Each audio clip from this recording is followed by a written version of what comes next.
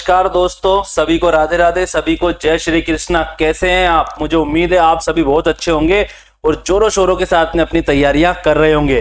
देखिए दोस्तों, मेरा नाम है लेख शेखर शर्मा और स्वागत है आपका अपने इस एल क्लासेस के डिजिटल प्लेटफॉर्म पर। देखिए दोस्तों, आज हम है ना विज्ञान के बहुत ही ज्यादा महत्वपूर्ण प्रश्नों को सॉल्व करेंगे। दोस्तों, एक एक ऑप्शन का मैं आपके सामने ऑपरेशन करके रख दूंगा दोस्तों। ठीक है, तो स्टार्ट करते हैं अपन। पहला प्रश्न क्या है? वायुमंडल दाब में एसआई पद्धति में मात्रक क्या होगा? ये बोल रहा है कि जो वायुमंडलीय दाब होता है उसका मात्रक क्या होता है। तो भैया, तो मेरे प्यारे दोस्तों, आपने गाना सुना होगा ना, टन टन टन टन टन तारा चलती है क्या 9 से 12? नहीं भैया, टन टनाटन से कुछ नहीं होगा, बाजुओं में दम होना चाहिए। आई बात आपको समझ में? तो टन और ये क्या हो गया दोस्तों? बल हो गया, बाजुओं में बल होना चाहिए। ठीक है, तो बल हो गया, बल का है दोस्तों ये। अब इसी प्रकार से कूलाम किसका है दोस्तों? आवेश का है। किसका है ये? आवेश का मात्रक है, आवेश का मात्रक है दोस्तों। पास्कल है दाब का मात्रक। किसका मात्रक है? दाब का मात्रक है। आपसे कैसे भी पूछा जा सकता है परीक्षा में, यह भी बोला जा सकता है मेरे प्यारे दोस्तों कि वायुमंडलीय दाब का मात्रक क्या होगा, या ये पूछा जा सकता है कि दाब का मात्रक क्या होगा। कंफ्यूज मत होना, चाहे वायुमंडलीय दाब हो चाहे दाब हो, आप तो बस पास्कल कर देना दोस्तों। और जो ओम होता है वो प्रतिरोध का मात्रक होता है। किसका मात्रक होता है? प्रतिरोध का मात्रक होता है। ठीक है, तो आगे बढ़ जाए। चलो ठीक है, आगे बढ़ जाते हैं। अगला प्रश्न क्या है मेरे प्यारे दोस्तों? इस्पात इसका मिश्रण होता है। तब सबसे पहली बात तो इस्पात होता क्या है? इस्पात एक मिश्र धातु है भैया, लोहे से बनी हुई धातु है। इसे स्टील भी कह सकते हैं। क्या कह सकते हैं इंग्लिश में? इसे स्टील भी कहते हैं प्यारे दोस्तों। क्या कहते हैं? इसे स्टील कहते हैं। जहां लोहे के अंदर जंग लग जाती है, इस्पात में जंग नहीं लगती है। स्टील में कभी रस्ट लगते हुए देखा क्या आपने? जंग लगते हुए नहीं लगती दोस्तों। ठीक है, तो ये आयरन और कार्बन का मिश्रण होता है दोस्तों। किसका मिश्रण होता है? आयरन और कार्बन का मिश्रण होता है। और वायुमंडलीय दाब में एसआई पद्धति में मात्रक, यहां पे भी मैं टिक कर देता हूं, ठीक है, ताकि आपको कंफ्यूजन नहीं हो। ठीक है दोस्तों, यहां तक भी हो गया अपना। तीसरा प्रश्न आप देखिए, ईसीजी किसकी जांच करता है? आप तरह तरह की जांचों के बारे में सुनोगे। थोड़ी सी पेट में दर्द हो रहा होगा, आप डॉक्टर साहब के पास जाओगे, थोड़ी सी भी समस्या हो रही, डॉक्टर साहब आपके क्या लिखेंगे? ईसीजी करवाओ, सोनोग्राफी करवाओ, ठीक है, ईईजी करवाओ, जाने कौन कौन से टेस्ट लिख देंगे, लंबी सारी पर्ची बन जाएगी। तो सभी का नाम हमें पता होना चाहिए। जैसे भैया पेट है, पेट हो गया, ठीक है, गुर्दा हो गया, क्या हो गया? गुर्दा, किडनी हो गया, ठीक है। महिलाओं के अंदर गर्भाशय हो गया, क्या होता है? महिलाओं के अंदर गर्भाशय हो गया दोस्तों। या फिर महिलाओं में जो शिशु है, गर्भस्थ शिशु। कैसा शिशु? गर्भस्थ शिशु। जो गर्भस्थ शिशु है दोस्तों, अगर उसको देखना है कि वो कैसा है, तो सोनोग्राफी करते हैं। क्या करते हैं? सोनोग्राफी करते हैं। क्या करते हैं? सोनोग्राफी करते हैं। सोनोग्राफी को अल्ट्रासाउंड भी कहते हैं। इसका दूसरा नाम और है, क्या कहते हैं इसे? अल्ट्रासाउंड के नाम से भी इसके जाना जाता है। किस नाम से जाना जाता है? अल्ट्रासाउंड के नाम से भी इसको जाना जाता है। इसके अंदर पराश्रव्य ध्वनि तरंगों का उपयोग किया जाता है। किसका उपयोग किया जाता है दोस्तों? पराश्रव्य ध्वनि तरंगों का उपयोग इसके अंदर किया जाता है। ठीक है, पराश्रव्य ध्वनि तरंगों का इसमें उपयोग किया जाता है। इसकी जो आवृत्ति होती है दोस्तों, वो 20,000 हर्ट्ज से ज्यादा होती है। किससे ज्यादा होती है? 20,000 हर्ट्ज से भी अधिक होती है दोस्तों इन ध्वनि तरंगों की जो आवृत्ति होती है। तो आई होप ये वाली बात तो आ गई आपको समझ में। ठीक है, अब अगर मस्तिष्क के अंदर कोई बीमारी है भैया, मस्तिष्क के अंदर कोई प्रॉब्लम है, तो मस्तिष्क के लिए अपन क्या करते हैं? मस्तिष्क के लिए करते हैं अपन, एक तो करते हैं ईईजी। क्या करते हैं? ईईजी करते हैं भैया। और ईईजी की फुल फॉर्म क्या है?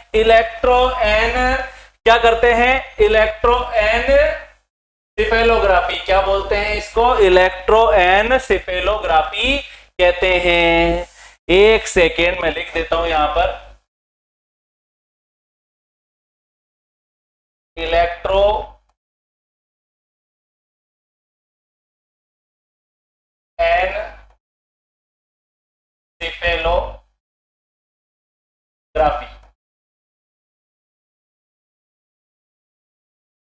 ई ई जी, ठीक है। ई मतलब इलेक्ट्रो हो गया, ई मतलब एन से हो गया, और ये सिफेलोग्राफी मतलब जी हो गया। तो दोस्तों ईजी किसके लिए कर रहे हैं? ब्रेन के लिए कर रहे हैं, ठीक है। ये बात ध्यान रख लेना, आपको कंफ्यूज नहीं होना है कि मस्तिष्क की अगर स्टडी करनी है, मस्तिष्क में कोई बीमारी हो गई, जैसे आपने देखा होगा ना कई बार फिल्मों के अंदर हीरो ज्यादा ही जोश में आ जाता है, फिर उसको गुंडे पीटते हैं, सर में चोट वोट लग जाती है, फिर उसकी क्या करते हैं, ब्रेन को स्कैन करते हैं। तो ईजी कर सकते हैं दोस्तों, और ईजी मस्तिष्क के लिए की जाती है। फुल फॉर्म क्या है इसकी? इलेक्ट्रोएन्सेफेलोग्राफी, ठीक है। इसी प्रकार से एक और होती है मस्तिष्क के लिए, एमआरआई भी होती है। क्या होती है? एमआरआई होती है। और एमआरआई किसके लिए होती है दोस्तों? ये होती है ब्रेन के लिए। ये भी किसके लिए होती है? ब्रेन के लिए होती है। स्पाइन हो गया, स्पाइन है, नर्व कोड है, कौन से हो गया? नर्व हो गया, इसके लिए एमआरआई करते हैं, ठीक है। और इसकी फुल फॉर्म क्या होता है एमआरआई की? मैग्नेटिक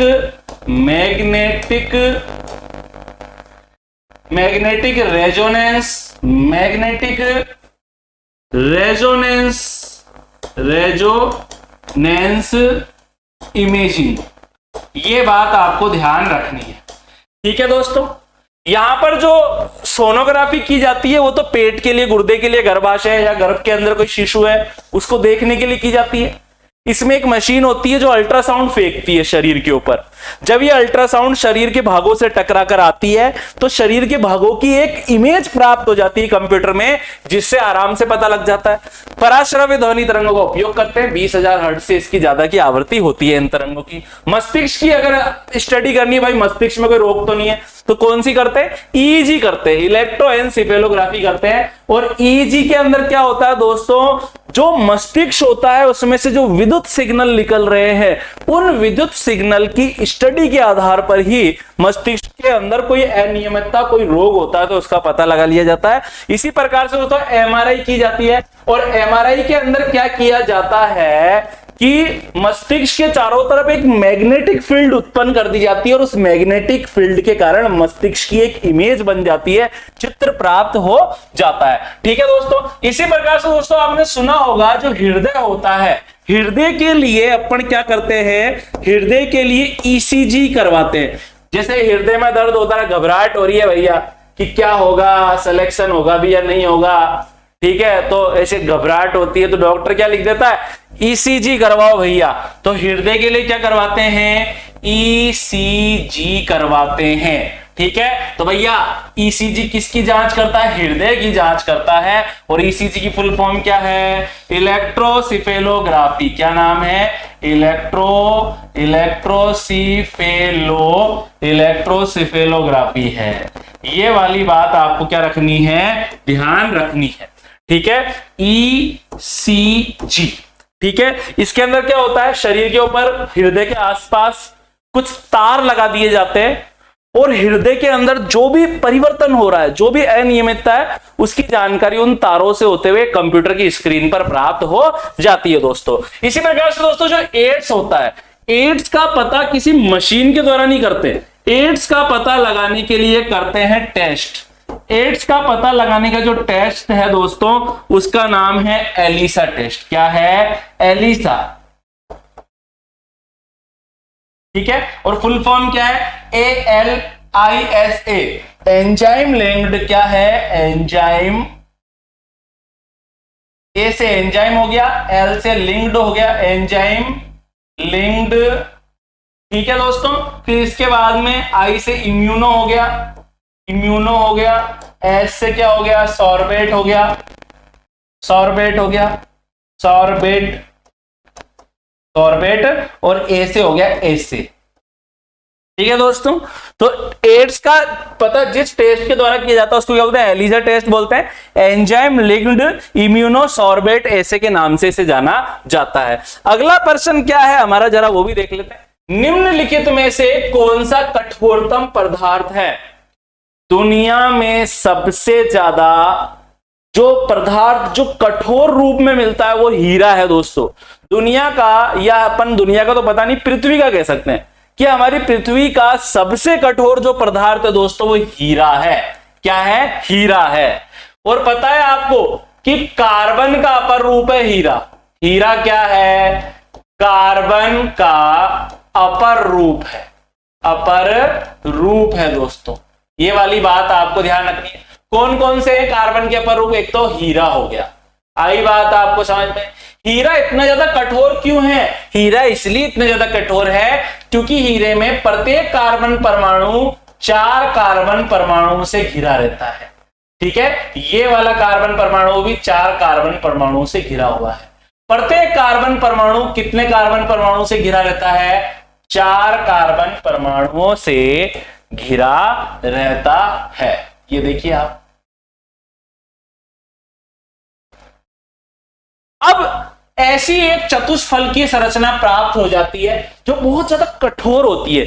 इसलिए हीरा क्या होता है? बहुत ज्यादा कठोर होता है दोस्तों।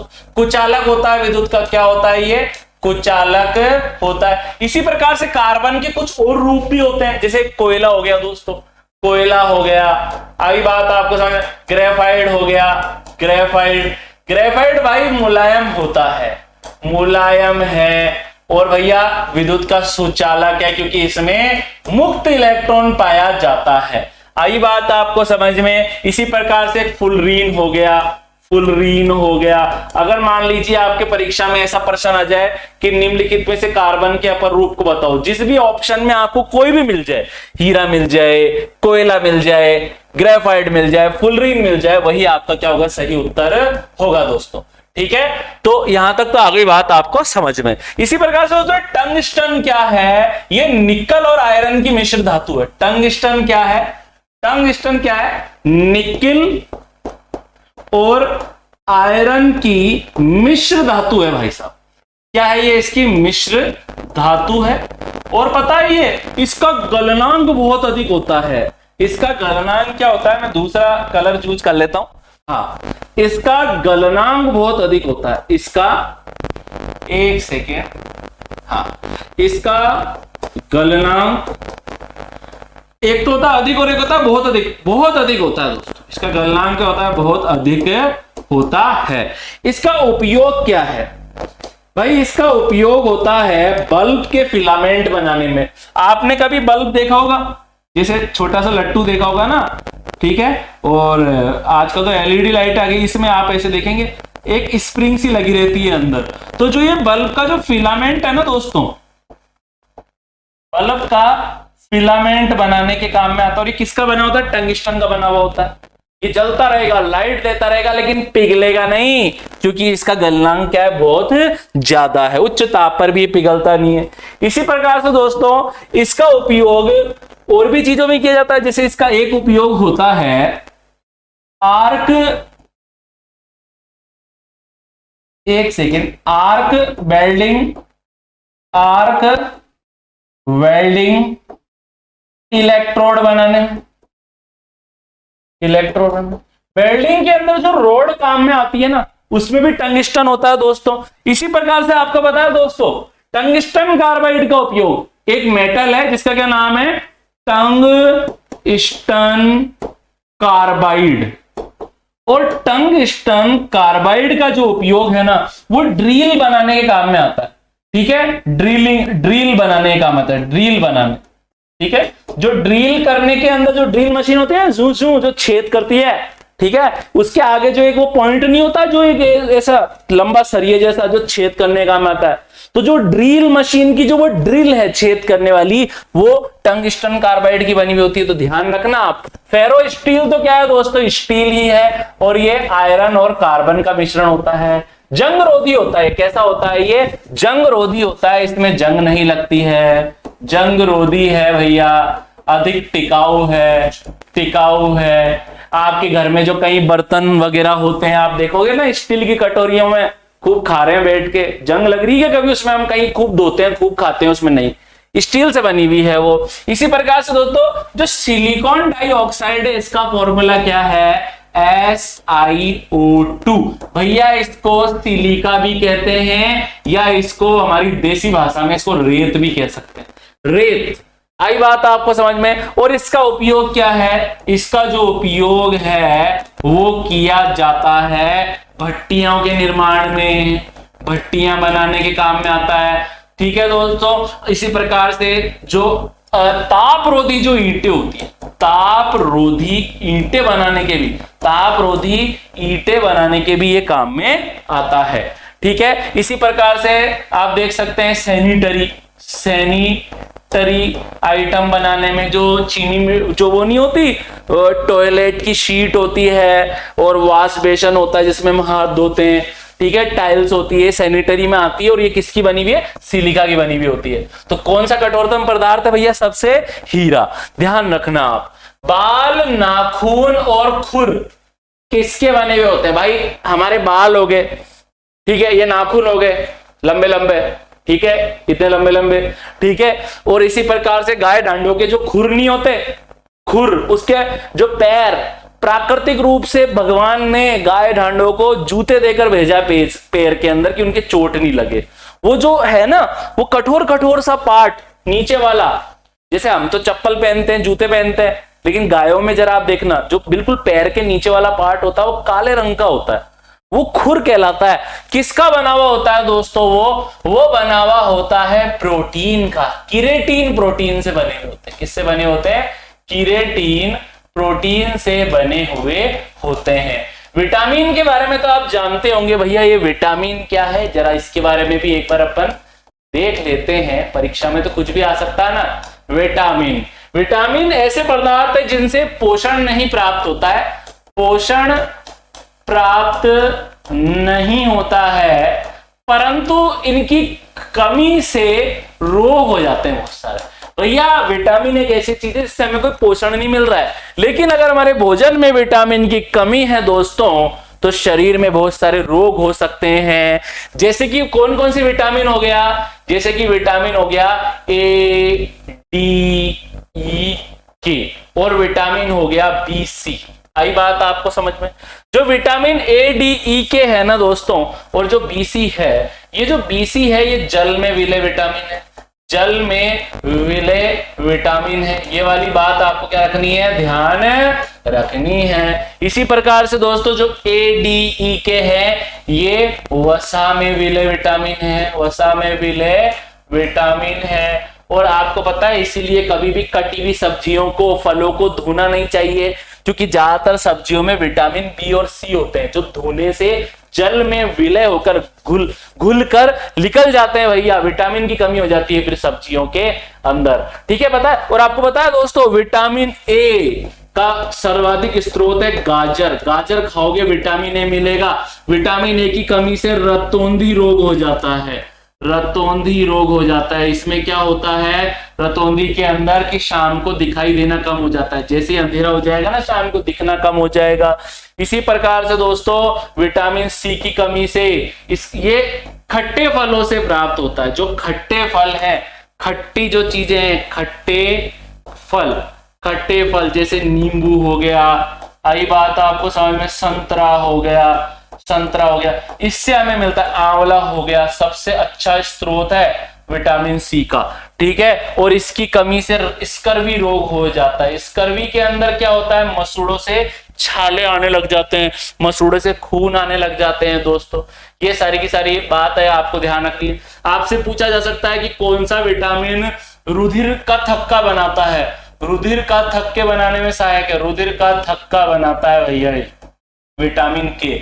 अगर विटामिन के की कमी हो जाएगी तो चोट लगने के बाद रुधिर बहता ही रहेगा, वो गाढ़ा होके जमेगा नहीं, रुधिर का थक्का नहीं बनेगा दोस्तों। ये वाली बात आपको क्या रखनी है? ध्यान रखनी है। ठीक है, ये सारी की सारी बातें हैं इंपॉर्टेंट। इसी प्रकार से दोस्तों जो वसा है, वसा ऊर्जा का स्रोत है, ऊर्जा का स्रोत है भैया। वैसे तो पता है आपको ऊर्जा हमें कार्बोहाइड्रेट से भी प्राप्त होती है, लेकिन वसा में कार्बोहाइड्रेट से ज्यादा ऊर्जा होती है। ठीक है भैया, रोटी खाने से बॉडी नहीं बनेगी, घी खाने से बॉडी बनेगी। आई बात आपको समझ में? लेकिन समस्या क्या है कि कार्बोहाइड्रेट का डाइजेशन बहुत जल्दी जल्दी हो जाता है, जबकि वसा का डाइजेशन बहुत ही धीरे धीरे होता है। आई बात आपको समझ में? आयरन भैया हमारे शरीर में जो रक्त होता है, रक्त में कौन सी होती है? आरबीसी होती है, रेड ब्लड सेल्स होती है, लाल रुधिर कणिकाएं। जिसमें हीमोग्लोबिन होता है। कौन होता है दोस्तों? हीमोग्लोबिन होता है। और हीमोग्लोबिन किससे बना हुआ होता है? आयरन से बना हुआ होता है। आयरन से बना हुआ होता है। तो भैया पालक खाओ। क्या खाओ? पालक खाओ। पालक इसका बहुत अच्छा स्रोत है आयरन का। अगर आपके शरीर में आयरन की कमी हो जाएगी तो हीमोग्लोबिन की कमी हो जाएगी, और हीमोग्लोबिन की अगर कमी हो गई तो शरीर में रक्त की कमी हो जाएगी। तो भैया आयरन की जो कमी है, कमी से रक्तल्पता रोग हो जाता है, जिसको एनीमिया कहते हैं, मतलब खून की कमी हो जाती है। तो अब अपन बढ़ते हैं आगे। भैया बैरोमीटर के द्वारा क्या मापते हैं? बैरोमीटर के द्वारा हवा का वेग मापते हैं, वायुमंडलीय नमी, भैया दाब नापते हैं। क्या नापते हैं? वायुमंडलीय दाब को बैरोमीटर के द्वारा मापा जाता है। बैरोमीटर के द्वारा मापा जाता है। इसी प्रकार से भैया जो वर्षा, जो रेनगॉग होता है, रेनगॉग एक यंत्र है दोस्तों, या फिर वर्षा मापी यंत्र होता है।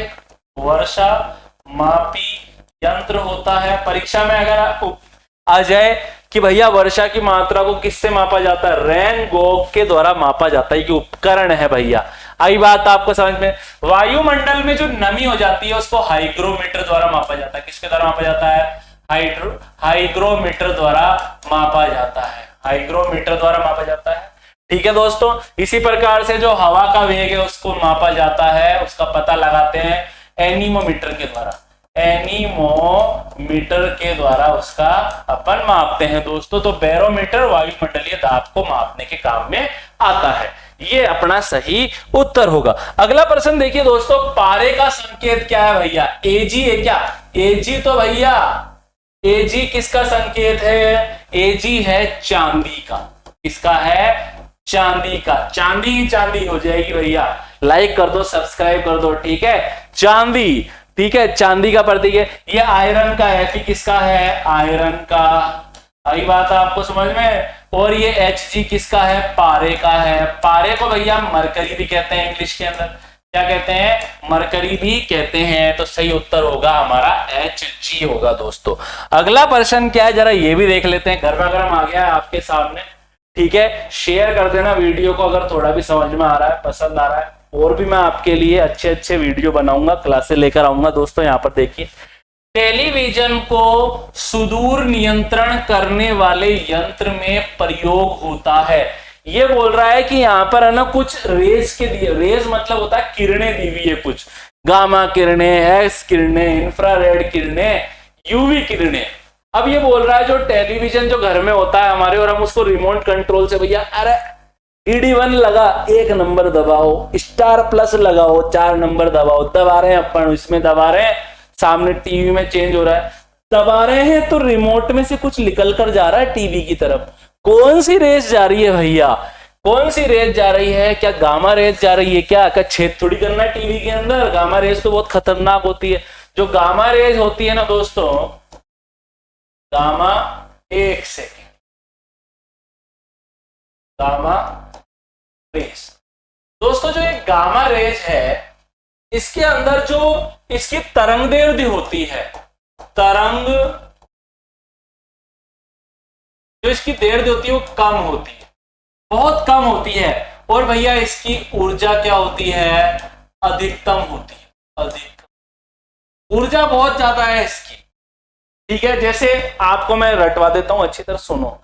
जो चाकू या जो तलवार जितनी ज्यादा पतली होगी, जिसकी धार, जिस चाकू की धार जितनी ज्यादा शार्प होगी, पतली होगी, वो चाकू बताओ इतना ज्यादा खतरनाक होगा या नहीं होगा? होगा। इसी प्रकार से जिस तरंग की तरंग दैर्ध्य जितनी ज्यादा कम होगी, वो तरंग भी इतनी खतरनाक होगी, उसकी ऊर्जा भी इतनी ही ज्यादा होगी दोस्तों। तो जो गामा रेज है उसकी तरंग दैर्ध्य कम होती है, ठीक है, न्यूनतम होती है। और ऊर्जा क्या होती है उसकी दोस्तों? इसकी तरंग दैर्ध्य तो क्या है? तरंग दैर्ध्य है इसकी न्यूनतम। और भैया इसकी ऊर्जा क्या होती है? इसकी जो ऊर्जा होती है वो होती है अधिकतम होती है। ये वाली बात आपको रखनी है ध्यान।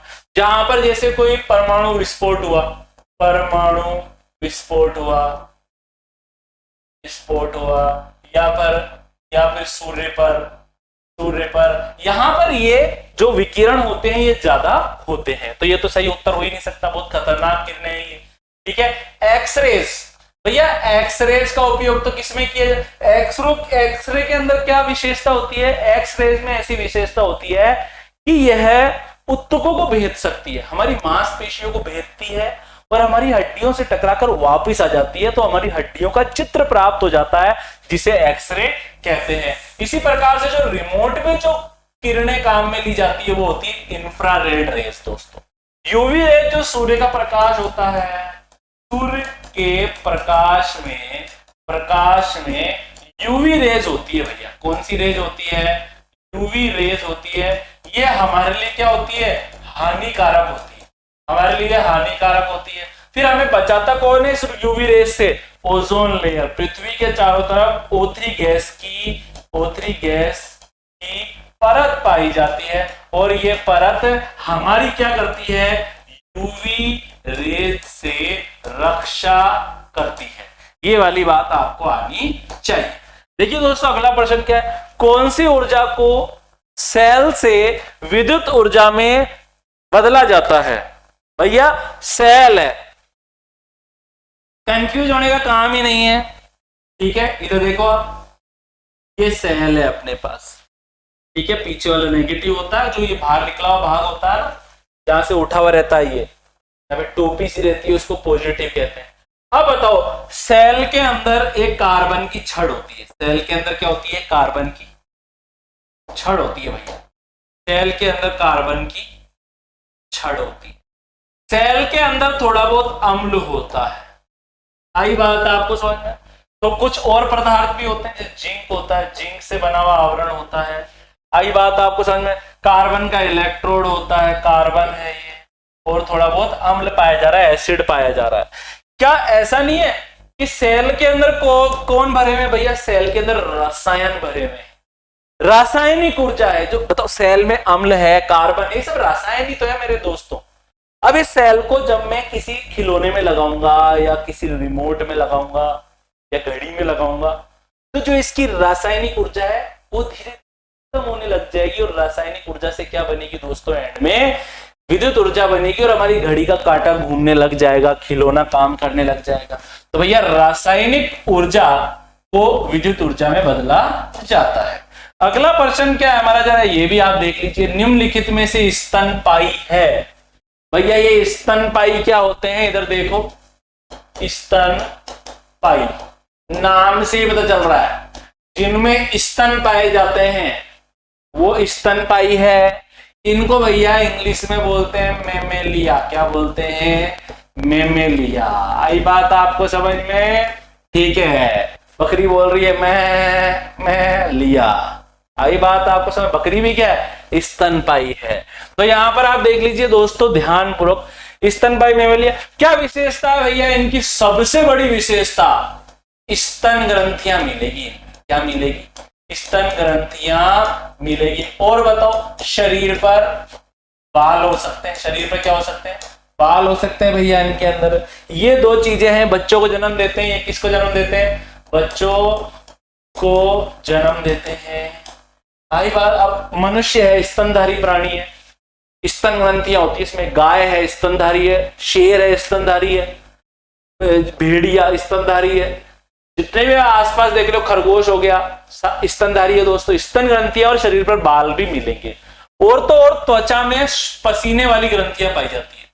त्वचा में पसीने वाली ग्रंथियां होती है, पसीने वाली ग्रंथियां पाई जाती है, जिनको विज्ञान में श्वेत ग्रंथियां कहते हैं दोस्तों। पसीने वाली ग्रंथियां इनके अंदर पाई जाती है, तो स्तनधारी है।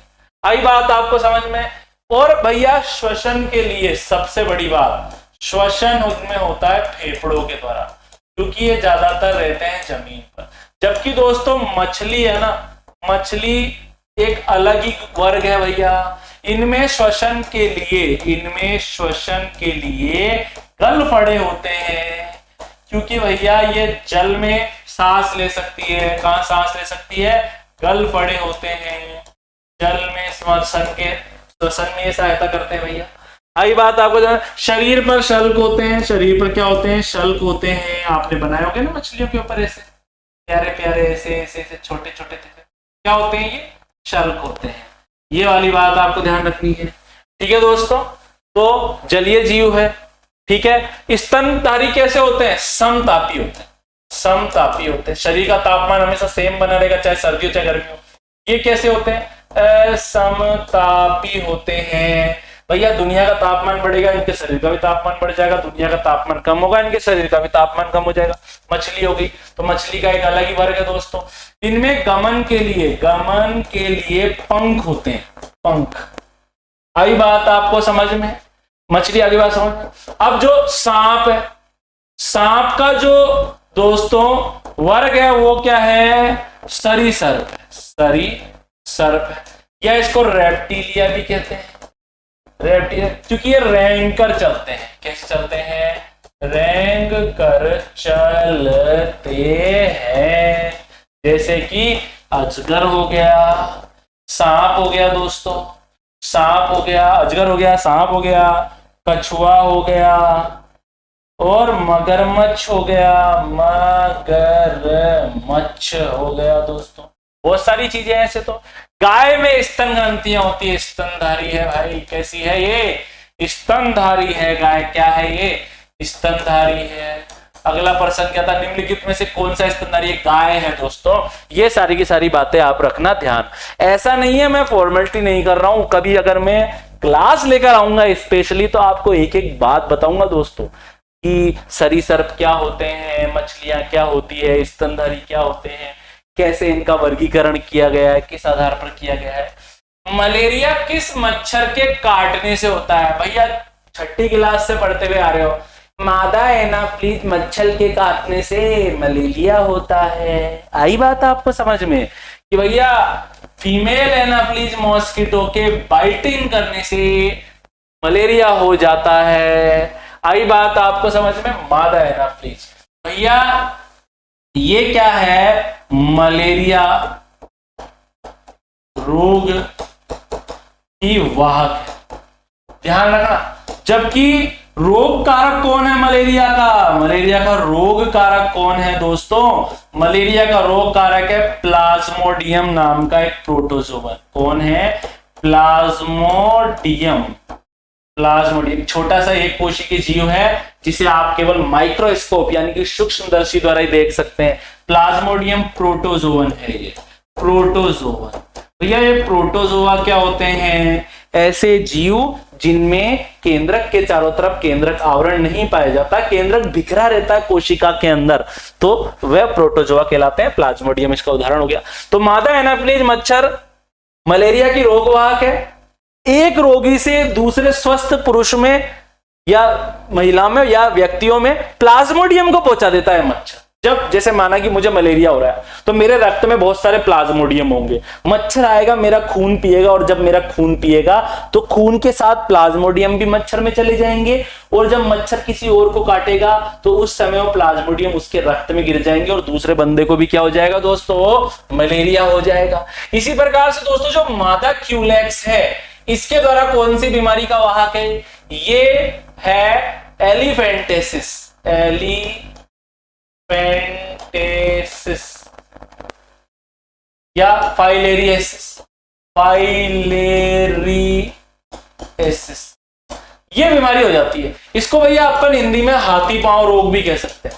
हाथी पांव रोग भी कह सकते हैं। और ये किसके द्वारा होती है? वुचेरेरिया कृमि के द्वारा होती है। एक छोटा सा जीव होता है, पानी के अंदर रहता है।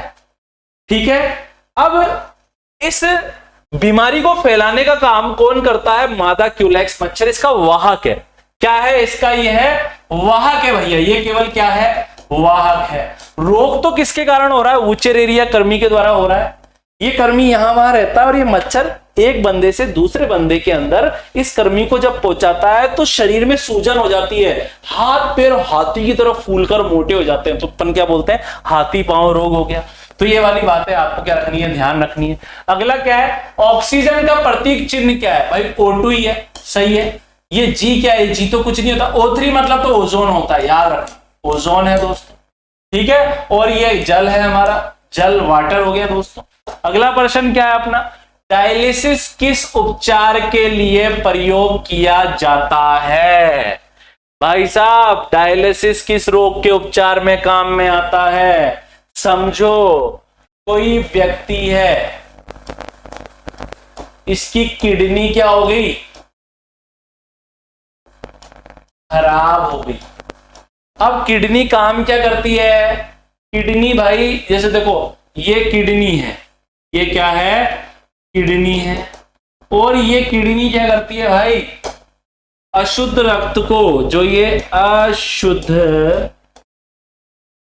रक्त है इसको फिल्टर करती है, छानती है, क्या करती है, इसको छानती है और शुद्ध रक्त में परिवर्तित कर देती है। किसमें बदल जाती है, शुद्ध रक्त में इसको बदल देती है। आई बात आपको समझ में। अब किसी की बेचारी किडनी क्या हो गई, खराब हो गई, खराब हो गई, तो क्या होता है, तो उसके स्थान पर क्या किया जाता है दोस्तों, तो उसके स्थान पर आप देख सकते हैं एक नकली किडनी लगाई जाती है, नकली किडनी, एक यंत्र होता है ये। और ये नकली किडनी है, ये यंत्र क्या करता है, ये क्या करता है, इस अशुद्ध रक्त को, जब तक उस रोगी को नई किडनी ना मिल जाए, जब तक के लिए ये उसके रक्त को ये यंत्र या ये नकली किडनी साफ करती रहती है कि उसका गुजारा हो जाए कुछ दिनों के लिए। तो भैया किडनी फेल होने पर डायलिसिस का उपचार को काम में लिया जाता है। जैसे कोई राजेश है, उसकी किडनी खराब हो गई, अब राजेश को किसी ने बोला कि किडनी मिल तो जाएगी लेकिन 2 महीने लगेंगे अभी किडनी मिलने में। अब 2 महीने तक बिना किडनी कैसे काम चलेगा भैया, रक्त को छानती है ये, आई बात आपको समझ में। तो क्या करेंगे, राजेश का खून, राजेश को हॉस्पिटल में एडमिट कर लेंगे, राजेश के शरीर में से एक नली निकालेंगे बाहर, ठीक है, उसका खून एक नली में से डायलिसिस मशीन में डालेंगे, डायलिसिस मशीन उस खून को साफ करके वापस राजेश के शरीर में भेजती रहेगी। जब तक किडनी नहीं मिलेगी राजेश को कहां रहना पड़ेगा, डायलिसिस पर रहना पड़ेगा, ठीक है। तो किडनी फेल होने पर इसे काम में लिया जाता है। अगला प्रश्न क्या है, निम्नलिखित में से कौन सा संक्रमित रोग है, ऐसा कौन सा रोग है जो कि संक्रामक रोग है भैया, ठीक है। तो निम्नलिखित में से कौन सा संक्रामक रोग है। वैसे तो दोस्तों यहां पर आप देख सकते हैं कि सारे के सारे ऑप्शन ही मुझे अजीब से लग रहे हैं, लेकिन फिर भी परीक्षा में अगर आ जाएगा तो बताना तो पड़ेगा। कैंसर भाई, शरीर की कोशिकाओं में कैंसर क्या होता है, सबसे पहले तो माना कि कोई राजेश है, माना कि कोई क्या है, राजेश नाम का बंदा है, आई बात आपको समझ में, ठीक है। या फिर आप देख सकते हैं कोई जैसे राजेश नाम का बंदा है और उसके शरीर है, शरीर की जो कोशिका है, कोशिकाओं में अनियंत्रित कोशिका विभाजन होने लग गया, अनियंत्रित कोशिका विभाजन होने लग गया। जब अनियंत्रित कोशिका विभाजन हुआ तो कोशिकाएं बहुत सारी हो जाएगी, तो शरीर में क्या बन जाएगी, गांठें बन जाएगी, जिसको अपन ट्यूमर भी कह सकते हैं। ये गांठें क्या होगी दोस्तों, सड़ने लग जाएगी, और सड़ने लगेगी तो इसी को क्या बोलेंगे अपन, कैंसर बोलेंगे। अब भैया राजेश को कैंसर हुआ है तो वो राजेश को ही रहेगा। अब ये नहीं कि हम राजेश के साथ में बैठ कर हाय हेलो कर ली, खाना खा लिया एक थाली में तो हमें भी हो जाएगा, नहीं। ये दोस्तों असंक्रामक बीमारी है। जैसे घुटने में किसी के दर्द हो रहा है और अगर हम उससे राम राम श्याम श्याम कर ले तो क्या हमारे भी घुटने में दर्द हो जाएगा, क्या नहीं। घुटनों में दर्द असंक्रामक रोग है, वैसे ही कैंसर भी असंक्रामक रोग है। किसी बंदे का ब्लड प्रेशर की बीमारी है, उच्च रक्तचाप, मतलब कि थोड़ी सी बात में थोड़ा भी कुछ ऊंच नीच होती है ना, थोड़ी भी घबराहट होती है तो उसका ब्लड प्रेशर हाई हो जाता है, सांस भरने लग जाते हैं। तो अगर हम ऐसे बंदे से हाय हेलो कर लें, चाय पी लें ऐसे बंदे के साथ में, तो क्या हमारा भी ब्लड प्रेशर बढ़ जाएगा, क्या नहीं। ब्लड प्रेशर भी दोस्तों क्या है, असंक्रामक बीमारी है। किसी बंदे को डायबिटीज है, कोई ज्यादा मीठा खाता था उसको शुगर हो गया, या किसी बंदे के अंदर इंसुलिन की कमी से उसको डायबिटीज हो गया, मधुमेह हो गया, ठीक है। अब जैसे मेरे रिश्तेदार हैं, मिलने वाले, उनको मधुमेह है, मैं खूब जाता हूं उनसे मिलने, तो क्या मुझे भी हो जाएगा, क्या असंक्रामक बीमारी है, ठीक है दोस्तों। जो मधुमेह है, उच्च रक्तचाप है, कैंसर है, ये हमारी दिनचर्या के कारण हो रहा है, ठीक है, कुछ और कारण भी हो सकते हैं, असंक्रामक रोग है। लेकिन दोस्तों रेबीज एक तरह से संक्रामक बीमारी है दोस्तों। और ये जो रेबीज होती है ये किस वायरस के द्वारा होती है? ये होती है वायरस के द्वारा, और वायरस का नाम क्या है? न्यूरोट्रोपिक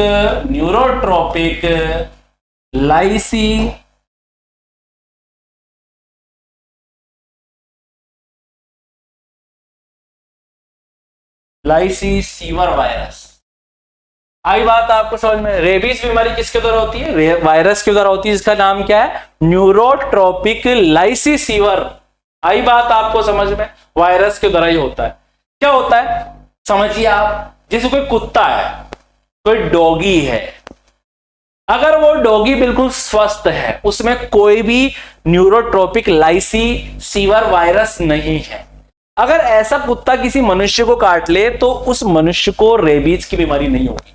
लेकिन कोई पागल कुत्ता है, ठीक है, कोई ऐसा मरियल कुत्ता है, और उस कुत्ते के अंदर क्या है? ये वायरस भरे हुए हैं, ये वाले वायरस है उसके अंदर, न्यूरोट्रोपिक लाइसीसीवर वायरस है उसके अंदर। अब वो कुत्ता अगर किसी मनुष्य को काट ले, या किसी बेचारे इंसान को, या किसी को भी काट ले, तो जब वो कुत्ता काटेगा, बटका भरेगा, तो कुत्ते की लार में जो ये वायरस है ये उस मनुष्य में चले जाएंगे। और अगर मनुष्य ने तुरंत जाकर इंजेक्शन नहीं लगवाए, एंटी रेबीज के इंजेक्शन नहीं लगवाए, तो कुछ दिनों बाद उस मनुष्य को रेबीज की बीमारी हो जाएगी, पूरा गला जाम हो जाएगा, पानी से डर लगने लग जाता है। इसलिए इस बीमारी को हाइड्रोफोबिया कहते हैं। पानी दिखाओगे ना, ऐसा करेगा मरीज जैसे कोई बम पकड़ा रहे हो हाथ में, उसके दूर भागेगा पानी के नाम से, पानी से डर लगने लग जाता है, क्योंकि पानी पीने में बहुत ज्यादा तकलीफ होती है, तो पानी से डर लगने लग जाता है। तो रेबीज बीमारी को हाइड्रोफोबिया भी कहते हैं। और अगर एक बार किसी को रेबीज बीमारी हो जाती है तो उसकी फिर 100% क्या होती है? मृत्यु हो जाती है दोस्तों। तो ये वाली बात आपको रखनी है ध्यान। और कैसे होती है रेबीज? कुत्ते के काटने से, बिल्ली के काटने से, बंदर के काटने से ये हो सकती है। प्रति सेकंड दोलन की संख्या दोलन कहलाती है। प्रति सेकंड दोलन की संख्या क्या कहलाती है? मैं ऐसे भी तो कर सकता हूं। प्रति सेकंड दोलन की संख्या क्या कहलाती है? तो भैया प्रति सेकंड दोलनों की संख्या क्या कहलाती है? आवृत्ति कहलाती है। सबसे पहली बात तो भैया आयाम क्या होता है? ठीक है, जैसे कि आप समझिए, मैं आपको समझाता हूं। यहां पर देखिए एक रबड़ है मेरे पास, ये एक पॉइंट है, ये दूसरा। मैं आपको पहले आयाम समझाता हूं, अभी समझ लो, ठीक है। जैसे देखो एक रबड़ है मेरे पास, ठीक है, ये रहा वो रबड़, और ये रबड़ को मैंने ऐसे पकड़ रखा है। इस रबड़ को मैंने क्या कर रखा है? ऐसे पकड़ रखा है। समझ में आ रही बात आप? तो ये बीच में एक पॉइंट है। अब मैंने इस रबड़ को खींचा नीचे की तरफ, इस रबड़ को मैंने ऐसे पकड़ रखा है, रबड़ को मैंने ऐसे पकड़ रखा है, ठीक है। अब मैंने किसी दूसरे बंदे को बोला कि आओ भैया इस रबड़ को खींचो, रबड़ को इसने नीचे खींचा और छोड़ा, तो ये रबड़ जैसे ही मैं छोड़ूंगा तो ये रबड़ ऊपर की तरफ जाएगा वापस। आई बात आपसे? तो ये पहले दोस्तों ऊपर जाएगा, फिर ये वापस नीचे की तरफ जाएगा। आई बात आपको समझ में?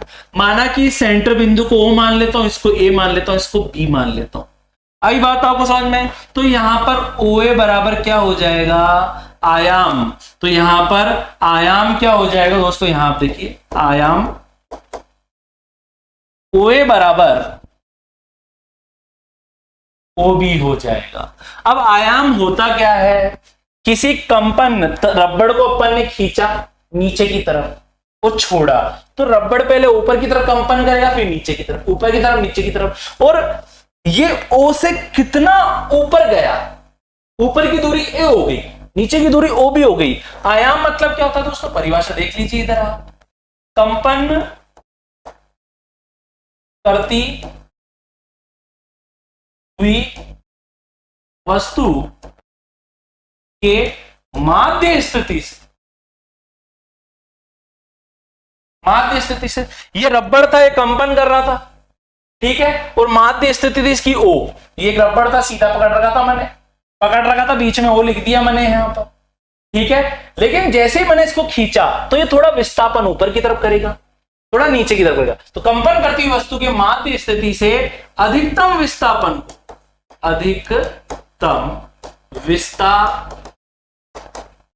को ही क्या बोलते हैं अपन? आयाम कहते हैं। रबड़ को आपने खींचा, छोड़ा, कितना ऊपर गया, कितना नीचे आया, ऊपर गया, नीचे आया, इसी को क्या बोल रहे हैं, विस्थापन को। इसी विस्थापन को अपन आयाम कहते हैं दोस्तों।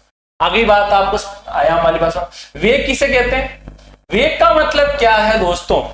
वेग का मतलब होता है एकांक समय में निश्चित दिशा में तय, एकांक समय में निश्चित दिशा में तय की गई दूरी को क्या बोलते हैं अपन? वेग कहते हैं दोस्तों। जैसे कि आप समझ लीजिए, जैसे मैं आपको बोलूं कि एक ट्रेन है, ठीक है, वो पूर्व दिशा में जा रही है भैया, और वो पूर्व दिशा में जा रही है, और वो पूर्व दिशा के अंदर गई, और यहां पर उसने 120 किलोमीटर की दूरी तय की, और उसको जो समय लगा ना, ये दूरी थी 120, और जो उसको समय लगा दोस्तों, वो उसको लगे 60 मिनट। आई बात आपको समझ में? तो वेग क्या होगा यहां पर? तो यहां पर अपन इस भाग देते हैं 2 किलोमीटर प्रति मिनट का क्या लगा, इसे समय लगा, ये इसका वेग हो गया दोस्तों। आई बात आपको समझ में? तो यहां पर आप देख लीजिए, यहां पर दूरी किलोमीटर में थी ना, और समय नीचे मिनट में था, तो यहां पर आंसर क्या आ गया, हमारा वेग क्या प्राप्त हो गया, 2 किलोमीटर प्रति मिनट हो गया। आई बात आपको समझ में? तो वेग का मतलब क्या, एकांक समय में निश्चित दिशा में तय की गई दूरी को वेग कहते हैं। और क्या होता है इसका फॉर्मूला, कि तय की गई कुल दूरी और दूरी तय करने में लगा समय, तय की गई कुल दूरी, तय की गई कुल दूरी और तय करने में लगा समय। आई बात आपको समझ में? आवृत्ति किसे बोलते हैं दोस्तों? प्रति सेकंड होने वाले कंपनों की संख्या को क्या बोलते हैं? आवृत्ति कहते हैं। आवृत्ति का फॉर्म, आवृत्ति की परिभाषा क्या है? प्रति सेकंड होने वाले कंपनों की संख्या को क्या बोलते हैं अपन? आवृत्ति कहते हैं। आई बात आपको समझ में? तो प्रति सेकंड होने वाले कंपनों की संख्या को अपन आवृत्ति के नाम से जानते हैं। तो सही उत्तर हो गया यहाँ पे, प्रति सेकंड दोलन की संख्या आवृत्ति कहलाती है। अब यहाँ पर देखिए दोस्तों, कंपन को दोलन भी कह सकते हैं, कंफ्यूज मत होना। तो आई होप दोस्तों, जो आज हमने महत्वपूर्ण प्रश्न किए आपको समझ में आए होंगे। शेयर जरूर करना, लाइक भी करना दोस्तों, ठीक है। मिलते हैं अगली क्लास के अंदर। सभी अपना ख्याल रखना दोस्तों। सभी को राधे राधे, सभी को जय श्री कृष्ण।